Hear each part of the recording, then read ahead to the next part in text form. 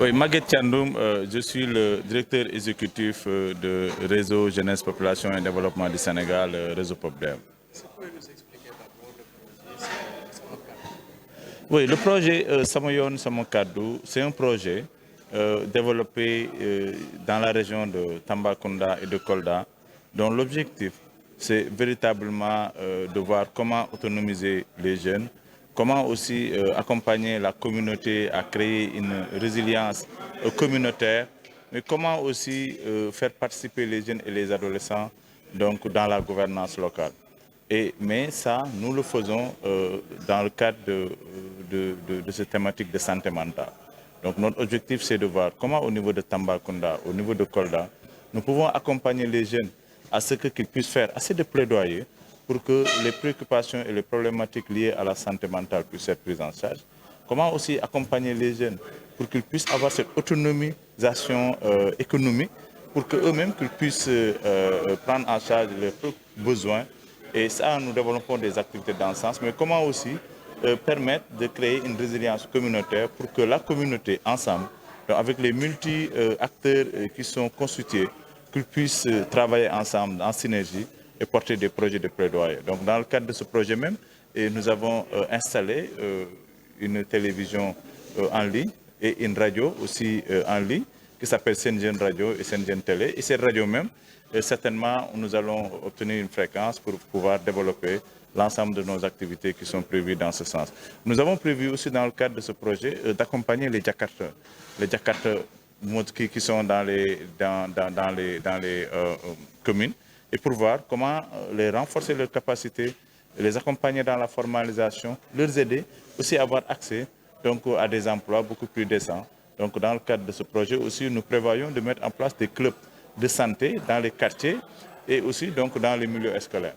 Donc voilà globalement, donc l'objectif, c'est vraiment permettre le développement et l'épanouissement des jeunes et des adolescents qui sont à Tambacounda et à Kolda. Voilà, bon, vous savez, la santé mentale, c'est un problème quand même aujourd'hui qui est noté dans beaucoup de localités du Sénégal. C'était lors d'une évaluation des besoins que nous avons fait de juillet à décembre, ici à Tamba et à Kolda, que les jeunes eux-mêmes ont pu identifier ce problème comme un problème central et qu'ils pensent qu'on devrait le prendre en compte. Parce que la question de santé mentale empêche parfois des jeunes vraiment de terminer leur circuit scolaire. Parce qu'il y a beaucoup d'entre eux qui ont abandonné avec la dépétition scolaire, ça a été un problème. Les questions aussi de toxicomanie et d'alcool, les gens ont constaté que c'est un problème, mais aussi, tout à l'heure, je pense que Dr Diallo l'a dit, le problème réel concernant surtout les pressions sociales, donc les questions de besoin en autonomisation économique.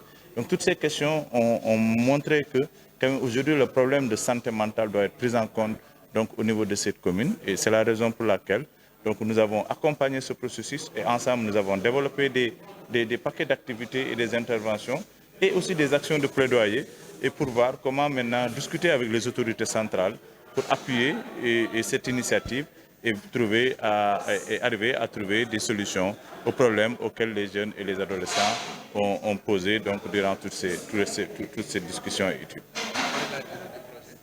La durée du projet, c'est de 18 mois.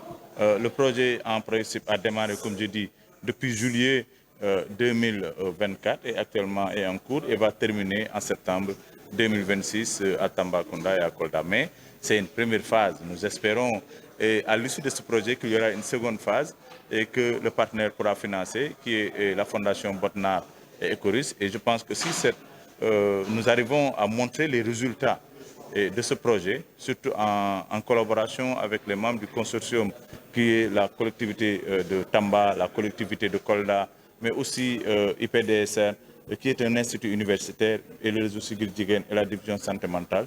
Nous pensons qu'ensemble, donc si on fait des résultats qui sont des résultats assez concluants, donc le projet pourrait connaître sa deuxième phase et pourrait même s'étendre dans d'autres localités du Sénégal.